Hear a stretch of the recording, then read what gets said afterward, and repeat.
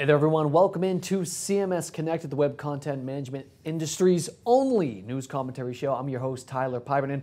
Glad you guys could join us because we have a very, very interesting show for you. It's basically going to be tackling the process that could be one of the most daunting out there for a lot of different companies throughout the entire digital space. And well, the topic is all about how to select a web content management system. So it's going to be an interesting one. If you guys have questions along the way, we'd love for you to chime in as well. And it's not going to be me this entire time. We welcome back on the show Scott Lewer. Scott, it's been a little while. How you been, my friend? It has had a little brief reprieve there, a month of no CMS Connected duties, but I'm happy to be back. Exactly. So, we mentioned we do have a pretty interesting show, and this is something that basically every single company, from SMB to enterprise, deals with. Not necessarily on a daily basis, but it's one of the toughest tasks out there for them to tackle. I think it is. I think there's a lot about this process that makes it very challenging and very daunting, and makes you want to look at this like any sort of other technology selection. Our technologists just want to rear into kind of looking at binary bits of data and try to figure it out. And in fact, we need to kind of take a step back and look at the business process that it's supporting, really. And I think that's what we'll talk a lot about today. Now, given the topic itself, we are going to be taking this show in a bit of a different direction just today. Now we're going to go back to the traditional format, following some of the upcoming episodes of CMS to make sure we've got a lot of great ones in the can. So you're going to want to see those. But this show in particular, we're kind of be more of a discussion format, and really, Scott, from your end, because this is something that you are very passionate about, we're kind of tackling it from some of the things that you in fact see. So that's just to forewarn and to let everybody know exactly kind of the formatting of today's show, but it is going to be a great one, and you're not going to want to miss one single bit of it. So let's go ahead and let's get started, but before we do that, we have to thank our sponsors who really put this show on it and make everything happen. First and foremost, we have to thank Falcon Software. Now, Falcon provides web creative, e-commerce, content management, social media, and mobile solutions for organizations across the globe, and as well as Digital Clarity Group, one of our other sponsors. DCG is a research and advisory firm focused on navigating organizations through the digital transformation process. So, with all that in mind, let's go ahead and let's get things started. Now, traditionally, as I mentioned, we usually do the news, but let's go into it. And Scott, let's kind of go into an overview before we get into step one. Are there any precautions that we should be looking out for when we're kind of even thinking about this process? Yeah, I'm glad we start there, because it really is important to kind of put this whole thing into context, right? We want to really make sure the first things first, which is that do we even need to go about this process, right? Do we even need to go down this path? And I think oftentimes it's, look, I'm in the business of helping folks find and select content management systems. So I love the work, right? But at the same time, one of the things that I find myself saying more and more is this really a technology problem? Do you really even need to take this on? And I think I did a little bit of a 2013, the good folks at CMS Wire did a 2013 wish list from a few folks in the industry. And my first, I believe it was my first one on there, talked about essentially really putting technology into its proper place, right? It is usually neither the reason for success, nor is it the reason for failure. And I think placing too much weight and too much emphasis, people can be upset at their digital presence, upset that they don't have this kind of notion of customer centricity, whatever, and so they naturally go to, well, we must need a new CMS, and I don't think that's always the answer. Okay, so with that in mind, those are some of the cautions, some of the precautions, the wish list. I know we've talked about that, and we want to make sure we'll be tweeting that out as well so everybody can see that link. So that's one thing to make sure to take a look at, that wish list, because it is something to note. Yeah, so we'll refer to that, I think, a little bit more. Definitely, throughout the entire time. So now let's get into the overview of it all. Now, there's a lot that goes into one of these selections, a ton, ton of different moving parts. Every company is different, has their own needs. So give me kind of an outline, really, to go by. Obviously, different things will come up along the way, we know that. But let's set the stage a little bit for the conversation today. Give me the overview and the moving parts of the process, really. Yeah, sure thing. I think overall, I think one of the things I want to say about this process is I think I've read an awful lot of white papers on how to select a CMS. Many of them are produced by vendors, which is all well and good. I've seen some other videos and webinars about this, and I think the thing about this process for me is that what we're going to talk about today over the course of the next 50 minutes or so really is takes advantage of some of the learnings that I've had having done this many, many times in the way that we've done them at DCG. We really look at things, I think, through a little bit of a different lens. I'll talk you through the process in just a second, but I think some of the key elements, of this are, for example, rather than just pulling together a full list of requirements, what of those are going to really help to pare down the universe of technologies out there, what we call focal needs. I think another big point of emphasis is when you're going about the process of selecting a CMS vendor, it's super, super, super important to also select the integrator or the agency, the professional services firm that you're going to work with to implement that. I often see that is like the last step. After I've made my purchase, I go and look for that. Big mistake there. Which is funny because literally, we're going to get into all these points a little bit later on as the show continues, but exactly 1 year ago, we did the very first CMS Connected here with the Pulse Network, and what was interesting, we talked about that, the systems integrator, and you said the fact that we're only spending a couple of minutes on this, it does a shame because it's one of the more intricate parts. But again, we're going to be talking about that a little bit later as well. I did tons and tons of these just in the last year, and I feel like every time that I walked away from one of them, I'll have made this great matchmaking pair set, and I'd walk away though still flipping a coin as to whether or not that company was going to be successful with the technology or not, because they hadn't yet decided on who to bring in to help them. So we emphasize that here today. And then also just how we're comparing them. We'll talk about ranking versus scoring and a couple of other things. I think where we put the RFP in the process as opposed to the on-site presentation, to me, is I reverse that order a little bit and actually leave the RFP for the tail end of the process, and it's different than I think most. So coming into this from the outset, we come into a little bit of a different approach that I'd like to talk about. I was going to say that's the big thing. Let's talk about that very briefly, and then we'll get into step one really. But there are so many different how to select a web CMS. Like you said, white papers out there. There's other webinars out there. There's short form videos that are out there. How does this conversation really differ today? Because that's what I really want to kind of set the stage with, because people out there, well, I read a white paper last week on it. They're out there. There's a gazillion of them. There's a bunch of webinars. How will today's conversation really differ from those? Different from those. I think, as I said, I'm going to try to help it be a pragmatic conversation about the parts of the process that are most influential on success, right? So we'll talk a lot about the upfront stuff, the introspection that you need to do as being a key element. We'll talk about the focal needs, not all the requirements that you can get on the checklist, but those that are going to be important and help to pare down for you. How you can go and find a service provider, how you can act as a partner right out of the gate in order to get a good partner. Those sorts of things are really, I think, important elements that just tend to be forgotten when people try to break it down into, usually those stories as you're writing them are breaking down features and functions and look for this and look for that, and here's that. And it's all good, but I think those are like sub parts to the process typically. And you've basically got it set up as an 8-step process. Is that how it's working? I do. Okay. And it'd be great if Phil could bring up the 8-step process, and I'll walk you through quickly. So number one is just, and we'll go through each one of these, but validating the need, right? Just making sure that in fact you do need to undergo this selection process. Number two, compiling those requirements. So kind of diverging and going and gathering the world. And then step three, converges back again, talks about focusing on those things that are most important. And they're going to pare down that universe of technologies out there.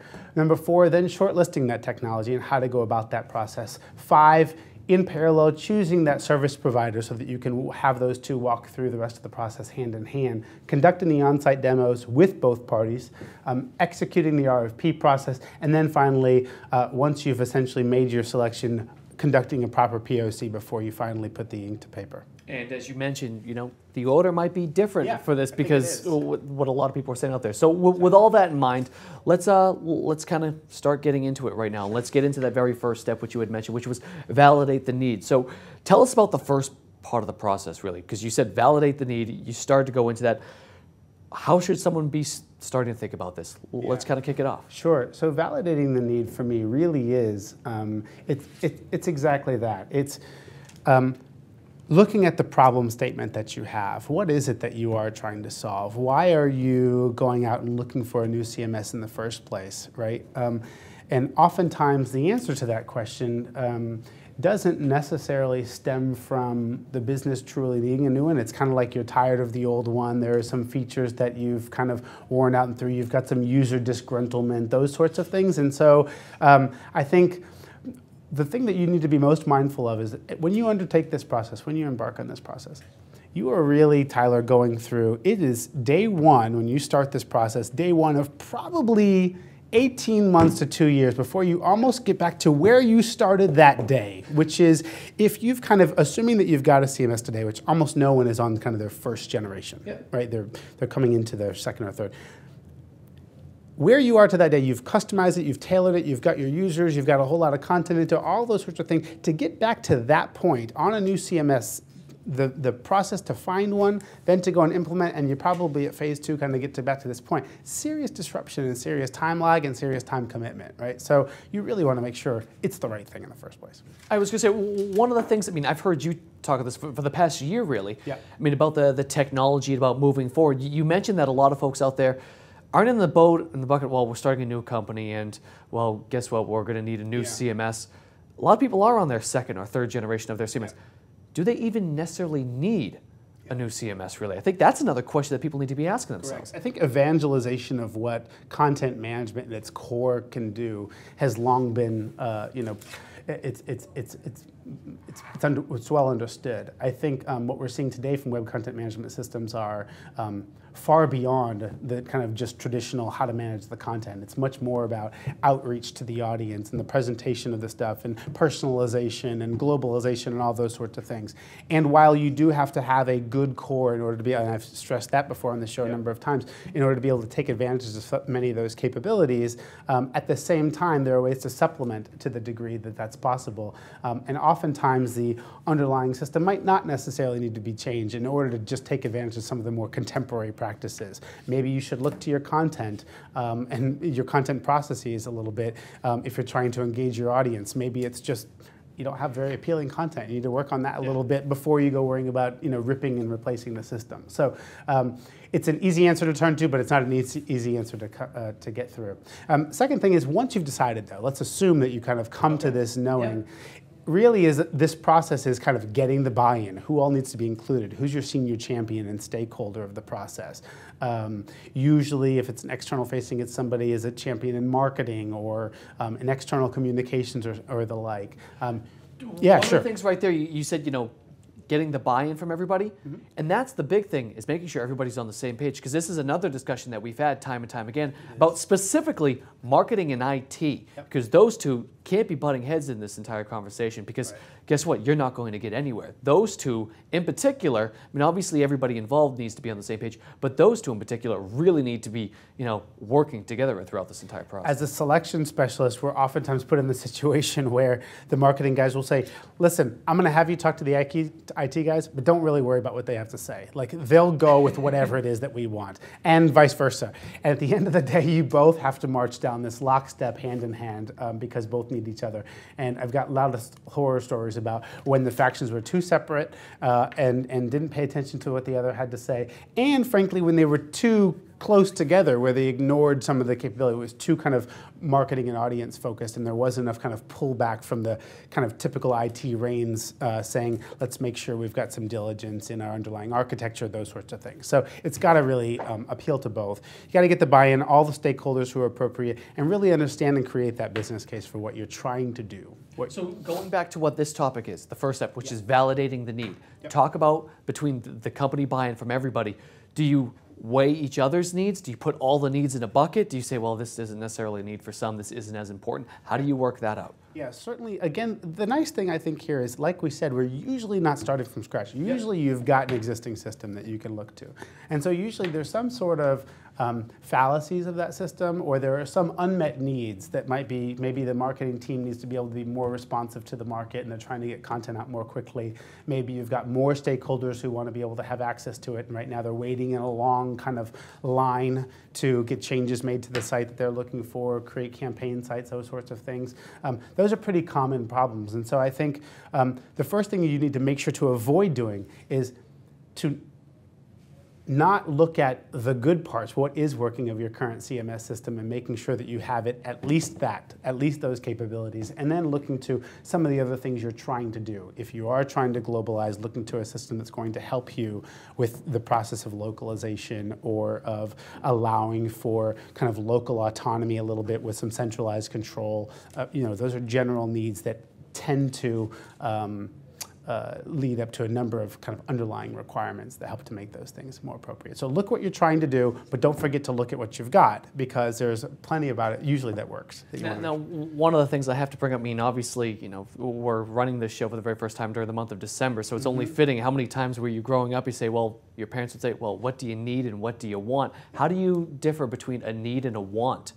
In a company? Because that's one of the things I think people kind of, well, I would love this, but do you necessarily need that? Do you take that into account in this process? I think it's a good point. I mean, assuming that we're talking to the audience being an audience of people who are within the organization and who are looking to their own needs and wants, right? I think certainly it is what, first of all, the CMS has to align organizationally with some sort of goals, right? So that you've got some sort of high-level strategic objectives that you're trying to align to. Whether it is, kind of in the days of old, it was about creating efficiency, whether it's about shifting to some notion of customer centricity and customer experience that you're trying to achieve, whatever those kind of highest level goals are that you're looking to this to do, then accordingly, the CMS needs to be able to kind of help to tick off those needs.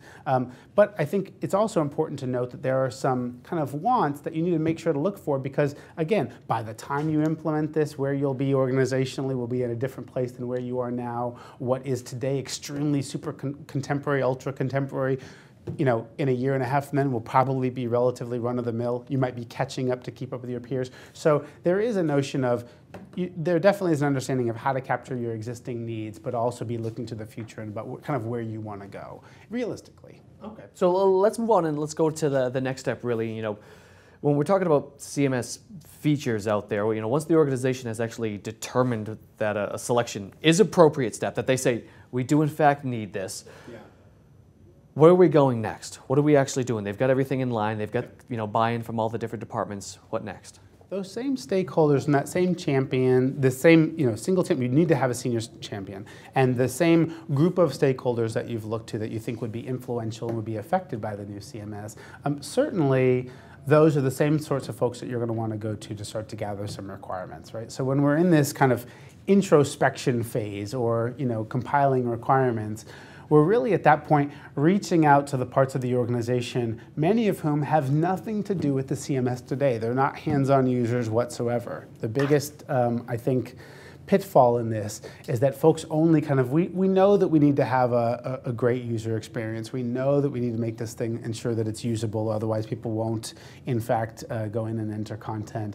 So that aside, though, there's plenty within the organization that are high up enough that you should be talking to about what goals they're trying to achieve, what makes them, let's say, in product marketing, what makes you successful, what's the role of digital marketing in that particular play. If you're internal, if we're talking about an intranet sort of a thing, you have employee communications goals and you have certain audiences, helping to get an understanding of who the audiences are, what you're trying to say to each, what success looks like for each of those major roles, whether it's marketing, product marketing, business management, any of the other kind of areas of the business. You want to make sure to include them in this process, but you're not asking them feature function question. You're asking them about what are they trying to achieve, right? So, and that you then understand with your CMS lens on, you're kind of understanding what does that mean to me, right? So what do a lot of people do wrong right now in the current state? Are people literally saying, okay, I've got the requirements, or are they literally, like you and I kind of talked beforehand, you'd walk up to a car windshield and say, okay, here's what all the things are, and they're actually putting together their requirements based upon that checklist right there. I mean, talk about the matrices and things along those lines, because that's what a lot of people are doing now, isn't it? It's really common, and I think Dean Barker over at Blend Interactive, he writes a great blog called Gadgetopia, and he wrote a great blog post, this is a while ago now, I think he did it last year, about how CMS features, it's not a binary question. It's not a yes or no. It's not a tick the box, right? You can't just check the box for those. Like we talked about walking up to a car window, no one would ever go look for a car by peeling off a window sticker of a couple of cars, creating down a list then of kind of possible features you might want in a car, and then creating an RFP from that and saying, okay, now which car dealers can meet these needs? Yeah. Probably many more than you might think are going to be able to check those boxes. Have similars, And that doesn't help you. At the end of the day, I've got a family of 5. I need to go on long trips a lot of the time. I need fuel efficiency because, you know, I'm strapped for whatever it is. You've got a few things that are really. I like to drive super fast. I need it to be though very, very safe. You know, whatever. Those are the things that are really going to be kind of the gist of this thing, and it's not about that kind of feature function. So, in the CMS world, that's really common. Folks will go because I think they have no really other place to turn to. They'll go to the websites of many of the vendors that they've heard of, and they'll pull together this list that they all have about the capabilities they've got, and they'll create their own list from that about here are the things that I want. And you might get those and still completely get the wrong car. I can check all those boxes off and forget, oh crap, there's no seatbelts in the back seat, whatever it is. So I think it's really important to kind of keep the business perspective in mind, more so than just a list of features. So are we building out different matrices, excuse me? I mean, is that how we're doing it? How exactly people should they be doing this, really? Yeah, so it really is just, from the standpoint of when you're doing those interviews, you're conducting with stakeholders from the hands-on user who's actually developing content, understanding how they go and enter content into the system today, how they're handed a Word document from the marketer or from the internal communications person, and they've got to get this on the web. What does that process actually look like, right? So you're replicating, you're creating then a scenario out of that. That one scenario is, here's how we add content for this type of a user. Mary Jo goes in and you're actually literally crafting out that scenario. Now you have an understanding of one element of how this system is going to be used. Other interviews will result in things like major organizational goals that they're trying to emphasize. They're wanting to have more one-to-one communication, wanting to be more responsive socially, whatever those things are, that are also going to kind of subdevelop some requirements for you. But again, you'll want to craft scenarios. So out of this requirements gathering process, yes, you have an awful lot of requirements that many can meet, but you've got a list of scenarios. Maybe it's 10, 12, 14 scenarios that represent kind of the greatest use of. The other thing to keep in mind is the challenge with the scenario is usually it's representative of what you do today. Yep. You might be looking to the CMS to help you do something that you don't necessarily do today. So you'll have to create kind of a faux scenario about how we'd like to work in the future. And you're not asking them specifically to how do you do exactly what I do, but it's how do you get this, what I'm trying to do, done? How do you help me facilitate that? So you go back to the people that need to be involved during this process, because one of the things you had mentioned before is, you need to have that champion that's kind of at the top, that's running with the entire process. But is it just the CMS users that needs to be involved here, or is it stakeholders? Go back to that a little bit more too. So there are it is the entire audience, right? It is from the various high level champions to what are they trying to do organizationally? How is what are some of the marketing goals for the year, and what are you trying to what's the digital marketing portion of that? What does it need to fulfill on it? Trying to understand who your audience is of users, not users, your ultimate audience, who's on the other side of the websites. Trying to understand the notion of who will be all the actual users, right? So today it might be just some group of 5 or 7 users who are kind of centralized, but you're really looking to kind of decentralize that and allow for marketers. I keep using the word marketers. Let's just, for the sake of it, say that it's any line of business that were to have touch a CMS. That they need to be able to kind of be hands-on closer to this. And so they want to have more control locally, be able to create content themselves, those sorts of things. So you need to be able to talk to those folks. How do they typically work today? How much time do they have? What's that process? Are they under like super, super tight timelines? Those sorts of things. So you're talking to all of them. You're talking to IT. You're talking to creative folks about what they're trying to do. Maybe you're going through a rebranding process at the same time. That's common. What are you looking to do? How are you looking to represent your brand on the web going forward? What are you trying to do? So CMS, I think, impacts all of those things and all of those sorts of stakeholders. Okay, so let's move on. Tell me a little bit more about the third step. Now, you've talked in the past, and I've heard, focal needs. Now, we talked about, needs. We've talked about compiling requirements. But talk a little bit more about focal needs now at this point in time, because, we've heard the concept. Now, is this kind of following the adage, if you will, that, all requirements are, they're not created equal at this point in time? True. Yeah, I mean, it goes to what I've said, and I think focal needs is, it's a DCG term. I'm not sure if anybody's, heard that per se. I think I just keep hearing it come from your mouth. Probably from me, yes, exactly. But, I like the term because it really talks about what are the things that you need to focus on, the little, arrows in the center of the target. Yep. There's a whole lot of things that you can possibly put down on that list. But what are the things that are going to pare down this? There are literally, Tyler, over 2,000 web content management systems named out there. Is it CMS Matrix or somebody has a list? I forget which one it is. Okay. Has a list of all of them, and you can literally count. There are more than 2,000. But many of the kind of checkboxes wouldn't narrow that list much to speak of at all, right? If you're looking for any one of them that I can create a blog with, is that going to narrow your list any? Yeah. Any one of them that's going to have workflow, it might narrow it a little bit, but probably not. So the question is not kind of back to Dean's point. It's not about whether, but how. Really, it's about how they kind of check that box. How does the process work? And really, what level of complexity does it support? So if your blog posting processes is the most typical kind of blog, great. But if you are a large pharmaceutical company and you want to be able to blog, but you've got to be able to be checking any comments for mentions of adverse events and all sorts of stuff, and you're trying to be Part 11 compliant and all those sorts of things, there's a whole nother level of requirements for that process, right? So it's really the complexity of the process that it's supporting. So when we talk about focal needs, it's not just a focus on the requirements, but it's about what are kind of the major pieces here, the elements to your... How do you determine it, though? Yeah. How do you actually determine, when you say, the major pieces, what are we actually determining? It's a really good question because I don't know how to tell others necessarily to determine it. Like, I know how I determine it.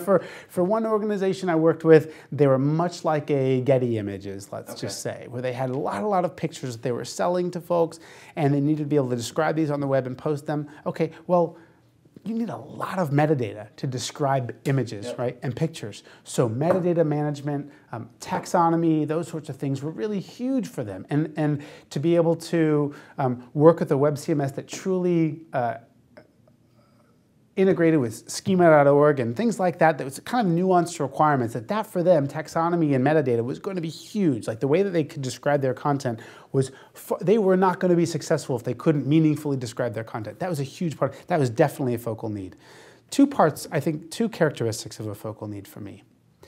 One is either it's idiosyncratic to your business. It's something that you do differently that essentially sets you apart. I think for them, that's an example of an idiosyncrasy, that they just have to have more metadata than anybody typically might, right? So it's really significant. Maybe for you also, it's a very significant workflow process. Maybe it is you are multilingual in lots and lots of languages to an nth degree that makes you pretty idiosyncratic.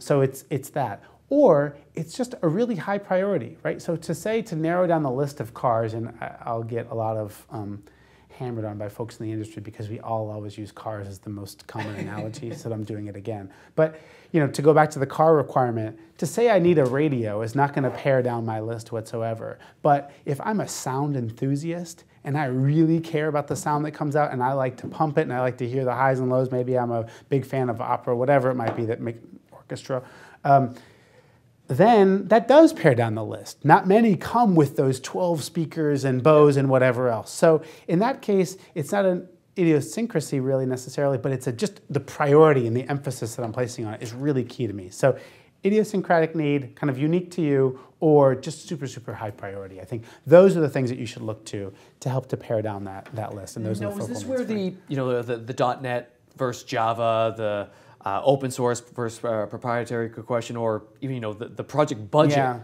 question. Yeah. Is this where this comes into play? I mean, that's what everybody starts to wonder. Is this where we're talking about it? And that starts to get us into that next step of shortlisting as well. And I think that's appropriately yes. So, and Seth talks about that. We'll talk about that in just a second too. But appropriately yes. I mean, certainly, if one of the things is I need to have, I just worked with a really large consulting organization a bit ago, and they mandated that their new CMS was going to be in the cloud.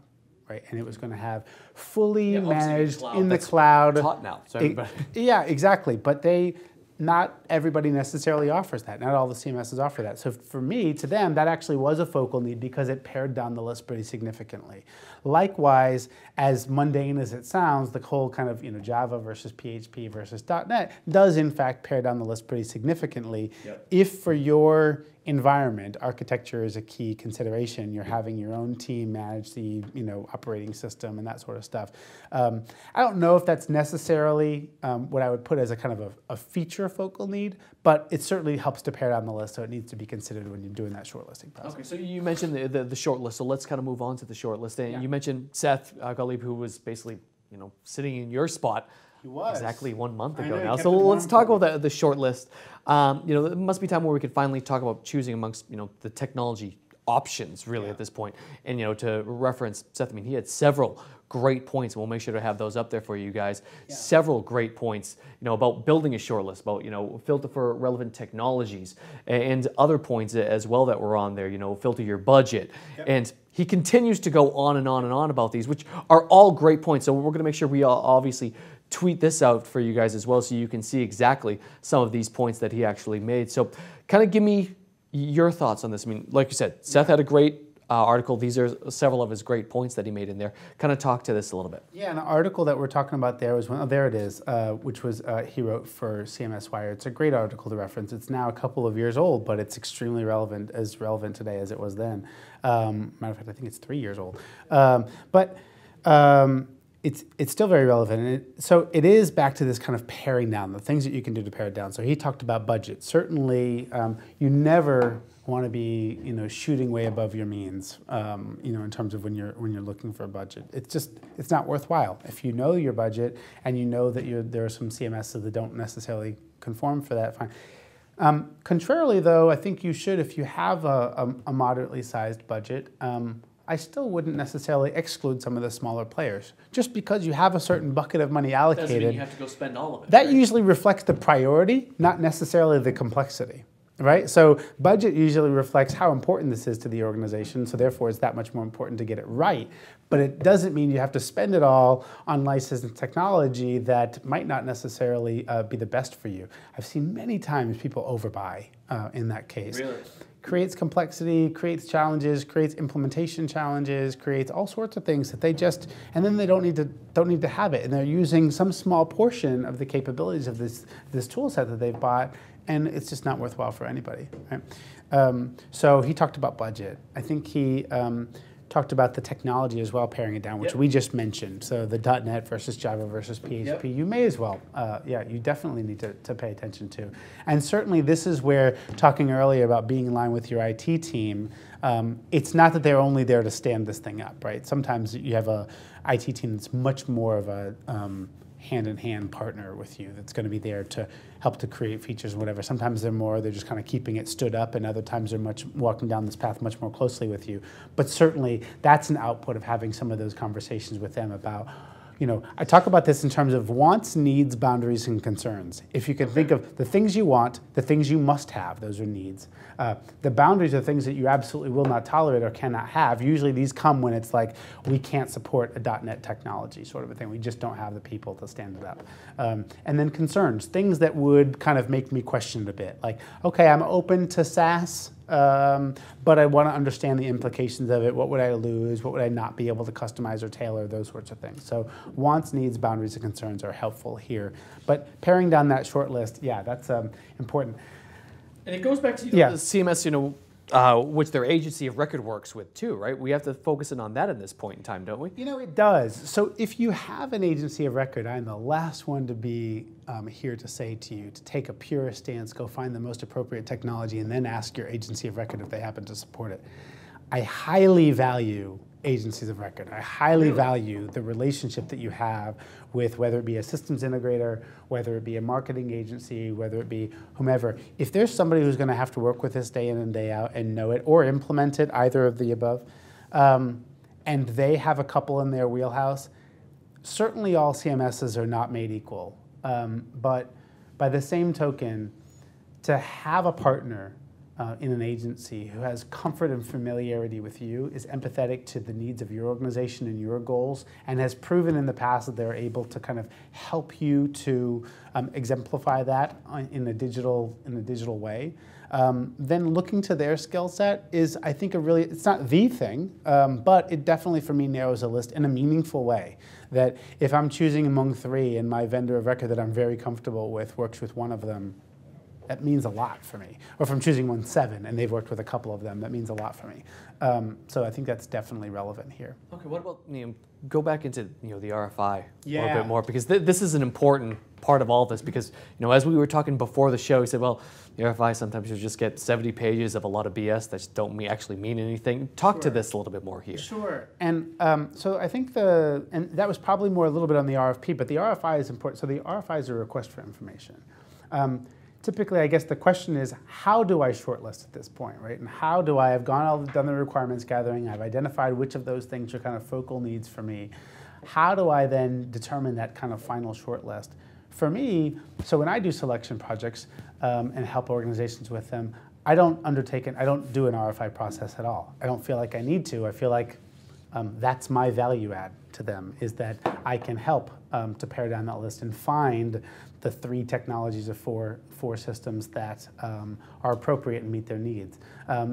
If organizations go about this alone, they might at this point conduct an RFI process, which is essentially not an RFP. You've not listed out everything that you want. You're basically just putting out feelers for questions. You want to understand what are the technologies that are out there in the space. You've done a little bit of investigation, really just want them to kind of tell you at a high level about themselves, what they do well, what they don't. Maybe you do a demo with each, I'm talking about a canned smoke and mirrors demo that they'll do over the web or something for you. That's kind of the request for information process to help you say, okay, are these a fit or are they not a fit? And that's something I'd recommend for folks, is they look to the reports, the Real Story Group, they have some good reports. You can find a lot about the products. The Gartner and the Forrester reports also tell you a little bit about them.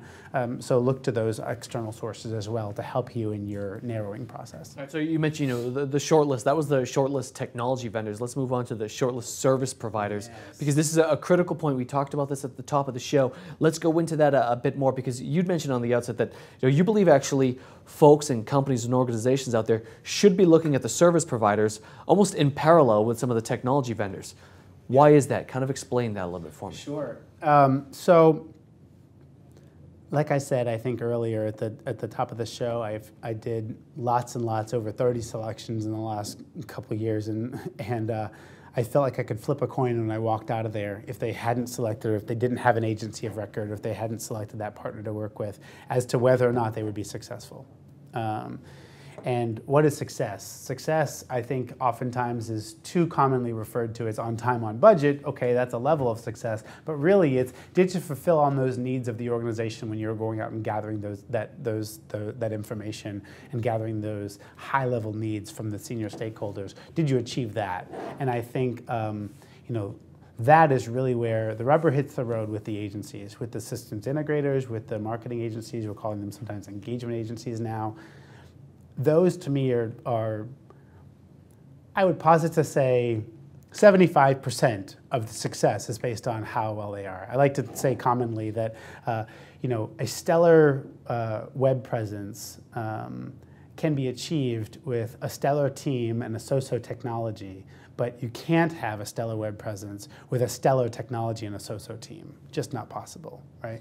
So I wrote a little blog post that's up there about technology is only part of the answer, where we really need to look to the agencies. So I take up as a part of the process that I suggest for folks that it's at this stage, when you have narrowed down your list of technologies, to look to each one of them to help you understand the world of implementers and who can help you with this, right? So there are some CMS vendors that take this on themselves. Some of them are agencies themselves. There are other organizations that have a strong professional services team, and others look to partners for this.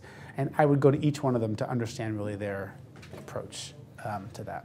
Where do I find out about that, though? I mean, what resources are out there as far as, to try to find a service provider? Is there anything even available? As you smile at me with that one. So as I smirk, because since DCG really cares a lot about this, and it's one of the things we set out to tackle, and so we are in the midst of working on that. As a matter of fact, we're taking a stance on that. But I think for the time being, the short answer is no.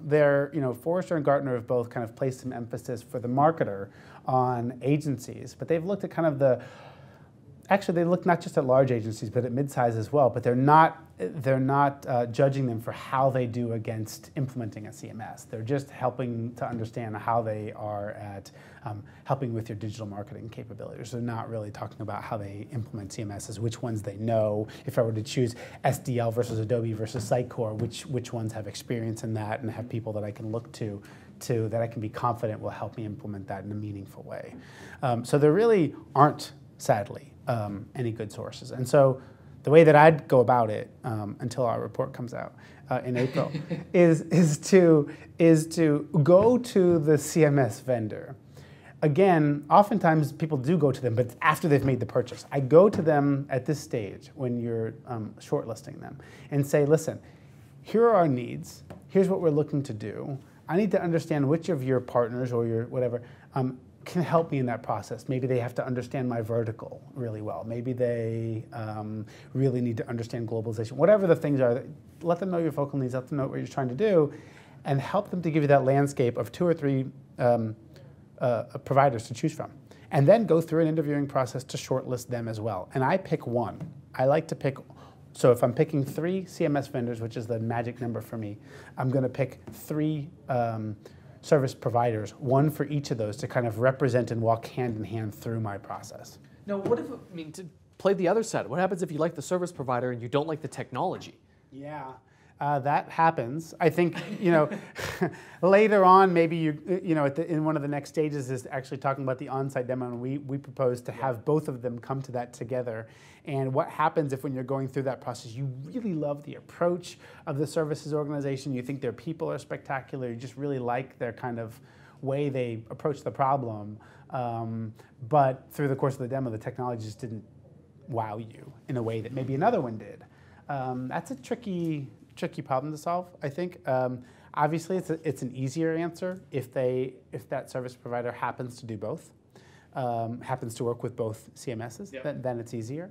But I've actually just had a case where I helped somebody through a problem like this where they really loved the services provider and weren't necessarily wowed by the technology. And they felt like that services provider was so strong for them, would really just help them meet their needs, that they would kind of obfuscate any underlying challenges with the technology. Really? And I basically stood behind that because I agreed with that, that these guys with their team and what they had done with this same technology before for others who were like, similar, that their implementation itself would be pretty stellar. Interesting. Very cool. All right, so you mentioned the on-site demonstration, so let's move into that right now. At this point, you talked about your magic number of 3, really, and this entire time you're whittling things down. You're taking, going to the short list, and you're saying, okay, let's throw some of these out, let's throw some of those out. Let's talk about the on-site demonstration. You've chosen a services provider. Let's go into this now. Yeah. Give me your thoughts. Absolutely. So, well, first of all, where this on-site demonstration stands in this list is different than where you'll mostly see it, right? Usually, once you've shortlisted, well, actually, in a number of cases, you'll find folks, in order to shortlist, so coming out of step 3 there, if we can keep the graphic up for a second, coming out of step 3, once, or 2 and 3, once they've compiled their requirements, they'll create an RFP is kind of the most common stance. They'll send that out to a number of vendors, 7, 8, 9 vendors, and then based on their responses, we'll then narrow the list to the short list and ask those folks who have been shortlisted to come and do an on-site demo. The approach that I'm recommending is very different than that. I'm saying, as you see, go through the shortlisting process your own. You can use RFI for that. You can use Specialist for that, your own homework.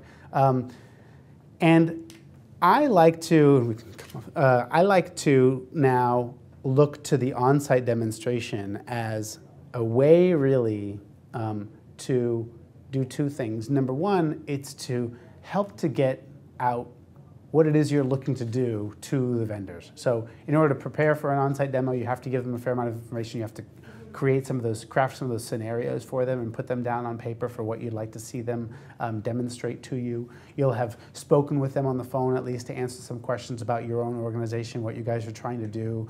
You'll have already gone through some of that because you've narrowed down and brought in an agency, right? So you've talked already to at least the salesperson from the technology vendor to find out, here's what we're really trying to do. And so there's a reason they've brought the agent. So there's some conversations that have already been had.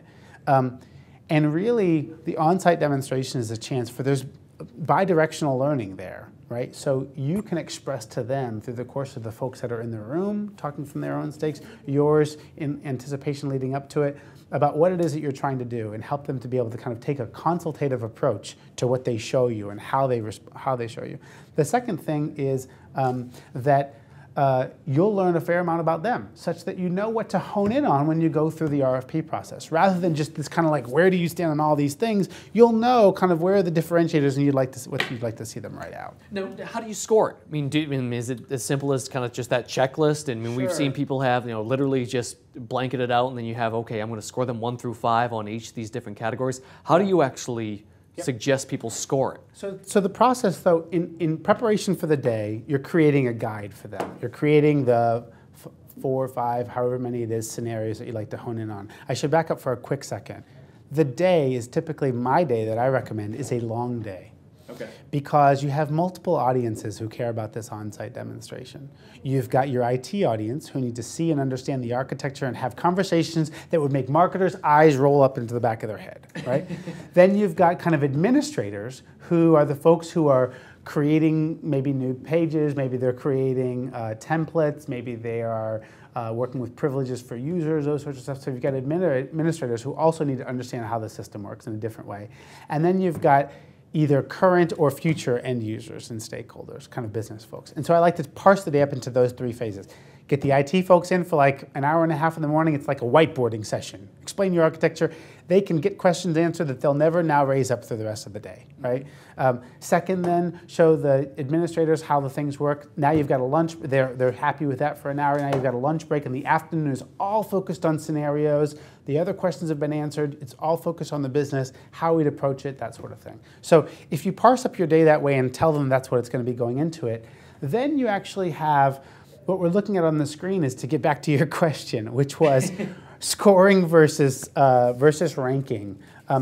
This is a close-up, a very close-up, on a tool that we hand out to folks that helps them. Scoring is a common procurement tool, right? Yep. They want the folks who are going to sit through a demo like this to kind of come at it and be able to give them objective information about how they looked at each one of these vendors. And so the most common way to do that is to kind of, okay, you've got your feature list or the things that you ask them to demonstrate to you. Every person gives a 1 to 5 ranking on how each one stood up against that. That's multiplied by some priority of the task, and you get your magical score at the bottom. And I just think it's so bogus. I think the process is bogus. I understand the reasoning behind it. The rationale is procurement has to be able to show that there was some diligence. They have to be able to show that they gave a fair shake to all of them. But the way I propose is a little bit different, and it is this ranking approach.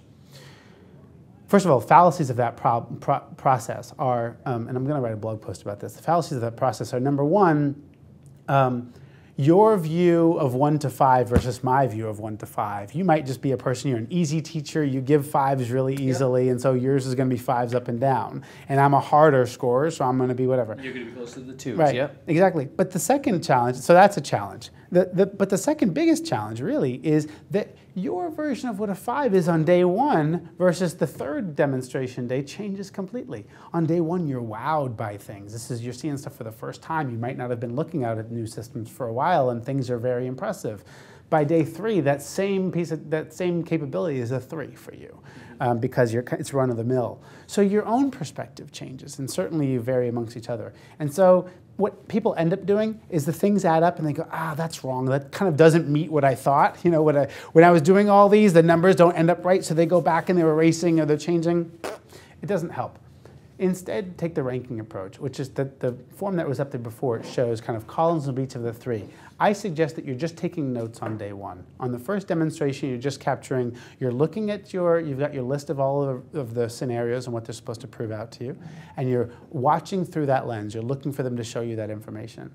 But you're not really capturing anything other than your own comments. Day 2 now, so there's no 1 to 5. Day 2 now, you're comparing how does today's what I'm seeing stack up with yesterday's? Which one do I like more? Who's the 1 and who's the 2 no ties? Yep. Which one's first, which one's second for each of these capabilities? And there's going to be a lot that are going to be like, I don't know, can it do YC? Make sure those are the same. But it's more at the kind of major level of the scenario that you care about. That's number one, is so the technology, how does it stack up? But the second one is, do I feel that this organization has a has a solid understanding and a grasp of this, maybe of taxonomy management?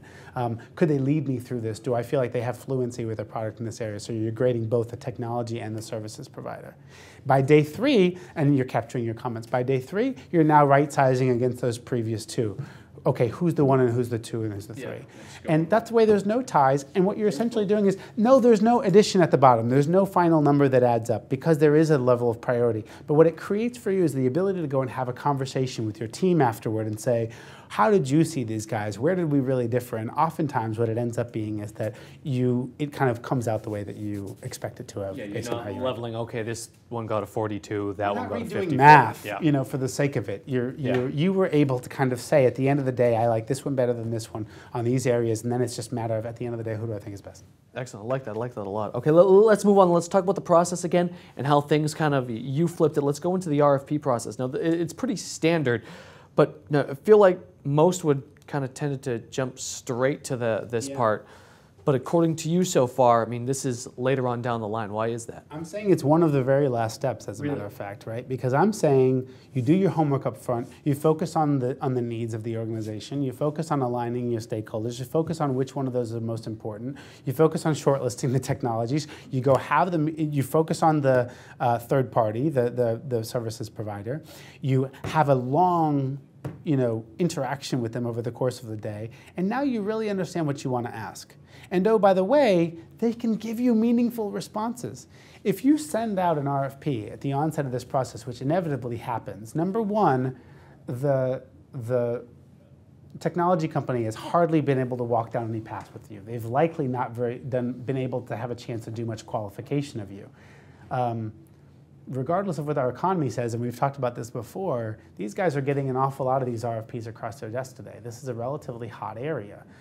And so oftentimes, those which are frankly usually in the highest demand, which you might want to look at, tend to be the ones that kind of don't respond to those RFPs because they haven't had Is that typical? I mean, do we see a lot that don't respond? I've talked to many companies. I actually know other services organizations like mine who help with these selections. That as a part of their process, they'll send it out to 7 or 8 or 9 of them at the outset, and they usually don't even want to be known as a part of taking part in that process. And they inevitably will coach their clients that expect 2 or 3 won't respond. Really? Yep. Guess which 2 or 3 of those are probably the ones that didn't respond. They're the ones that are the busiest. Yeah. So they're the ones you probably really cared about. Why are you allowing that crappy process, which wasn't going to give you much information anyway, to do the shortlisting for you? So instead, have a more collaborative process where you're going through this. At this point, you've already gotten to know the vendors because you've done the demonstration. You have. You've gotten to know them. There's actually an open line of communication between the two of you, as opposed to blankly and blindly sending it out there. And they've gotten to know you. Look, this is where we were talking about the 60 pages or whatever. Commonly, these RFPs are really long because you really haven't done your homework to hone in on what you really care about the most. Number 2 is the vendor doesn't know anything about you. So you are essentially asking for a bunch of copy and paste marketing material to be handed back to you. Can you do this? Yes, we can. Here's how. Here's our thing from our brochure. It doesn't really help you with any information. It doesn't help understand how they're going to solve your problem. Putting it all together, sending it right back Exactly. to you. And number 2, inevitably, what you're turning to first is the last page of that, which is the number, right? You're looking for what's the cost of this thing. Yep. You've given them no information. They've had no interaction with you to be able to give you a meaningful price. How can licenses are all based on sizing and how many and this and that. Likely, you've not given them enough information to be able to do any sort of a meaningful sizing. And so therefore, you can basically throw out 3/4 of the pages, which include both the pricing and the marketing speak. It was useless. It was an exercise in futility. It wasted your time and it wasted their time. And you might have even lost some great vendors along the way in the process. So I say by this time, they understand you now. You've actually been able to, when you're doing that architectural whiteboarding process, you're having your IT guy get up and explain to them what the current organizational architecture looks like as well. They're coming now into the RFP really knowledgeable, really able to give you meaningful information back, and probably even size it. Now, you're looking to, my RFP includes RFP from the services provider too. Now they haven't been able to do enough due diligence to really give you meaningful numbers there, but they can probably give you a high level estimate that they'll want to kind of carve off a phase one to hone in on, but I can talk about that in a second. But I think that's really the, it's more meaningful. You don't lose anybody along the way. You're not wasting their time either. One of the other 2013, it's certainly not a prediction, but hopes, I guess, for the industry that I listed out was something about basically if you want to get a good partner, then you need to act as a good partner. And the time to start acting like a good partner is right out of the gate, respecting their time, respecting their needs, and this is where you can show that you're going to be a good partner. People will come to bat, like they will behave differently, they will respond differently, they will give you more information, help you along if they feel like you're give you more realistic information. Absolutely. I mean, I think that's the point to note about it, how it's actually going to be looking for you. Surprises. Yeah, definitely. All right, well, the very last step, let's go touch upon that right now, and that's the POC, the proof of concept. Yeah. Now, when people have looked at this in years past, you've seen it and said, okay, proof of concept, let's have a bake-off. Yeah. Let's have one race to the finish line. That's right. Do you like that or do you hate that? I hate it. Really? I hate the idea of the bake-off. I love the idea of a POC. So the bake-off for me, so what typically is a bake-off, or the kind of typical part of this process is, it's just another reason to delay making any sort of a decision in my mind. It basically just shows that you're spinning. Because what a bake-off is when you have both vendors come in, they install their product, they do some sort of a scenario for you, and you look at both and you judge which one's better. Better how? Like, you can certainly ask for a sandbox from a number of them, I suppose, if you'd like to get some experience with it. But really, that's not what it comes down to. I think you have a pretty good sense coming out of the process that I laid it out, as to who you want to work with. And I think, to me, the scope of my POC is much wider, I think, than most. And I think that's, when I say my suggested POC, is because you're including the services provider and you're asking them to come to the on-site demonstration, you're asking them to respond together with the product vendor, the POC, which stands for proof of concept, needs to prove more than just the technical concept, right? Typically a POC is, okay, you've come in and shown me this thing. It could be smoke and mirrors in your demo. So let me go and actually install it. Let me have it integrate with something. Let me customize it in a little bit. Do something for me and show me how it works. That's where you're testing the mettle of whether or not it does what it said. A POC, when it comes to services, is you need to have the similar level of proofing and testing of the metal, but in the same way, they can have a really great account manager, really savvy guy, really knowledgeable person, been in the industry for years, come in and wow you in the on-site demonstration and talk you up on the process. The kid right out of college. Exactly. That's right. He's running the show for you now. That's right, and that's who you're dealing with. And so my idea of a POC usually is oftentimes paid. I like to suggest a couple of weeks of a paid POC where usually the services, the product vendors kind of testing of the metal is done in a couple of days. Whether that's got to be paid or not is between you and them. It's not typically, I think it's pretty standard to not pay for that. But when you're asking the services provider, I like to ask them to come in and actually do kind of phase 0 of the project. Some requirements gathering that I'm going to look for, some portion of the project, come and gather information. I'll see, who the team is, how they interact, the kinds of questions they ask, the kinds of implications they help me understand are based on the answers I come up with.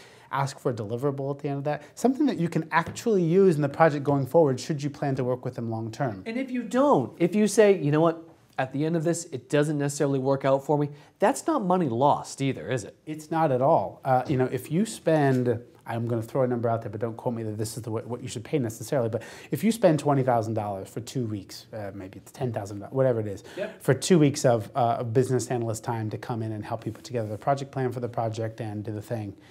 And at the end of that, you realize that, geez, these guys just don't really have it together. They don't seem to know the product very well. They're not asking me the right questions. I don't get a good sense from this. Is that money not spent well? I say it completely is, because the alternative was you were going to go into this with them with a much larger contract for the full kit and caboodle, right? So to know right now that that's throwaway money, okay, call it throwaway if you want, but I feel like I just made a really sound investment in a non-investment. right? Yep. And so at that point, you can go back to the, if you really like the technology and have another one brought in, another services provider, or you can go back to the well.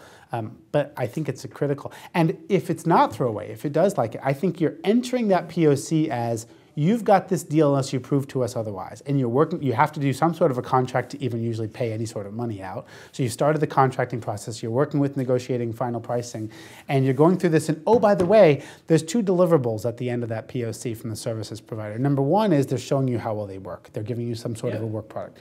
But number 2, they can now give you a meaningful price to that high-level swag of an estimate that they gave you in the RFP response because they didn't fully understand the scope. After 2 weeks, if they can't get their arms around what the scope of this project is and give you a meaningful, maybe fixed price, then they've missed the boat. So I expect that out of the POC as well. So now you've dotted all I's, crossed all T's, and you know exactly what you're going to get coming out of this. Awesome. So there you have it. Those are the 8 steps right there. Kind of, you give me a 60-second summary of it all right now.